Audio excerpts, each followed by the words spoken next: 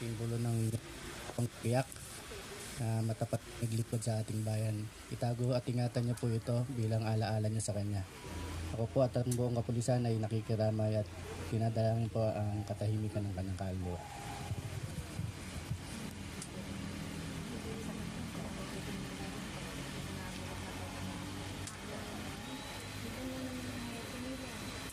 Hindi na si Hermine.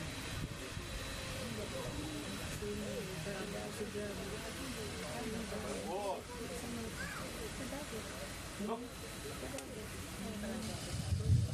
Sa pahintulot po ng pamilya, atin na pong ihahatid si Mama Virgie sa kanyang huling gantungan.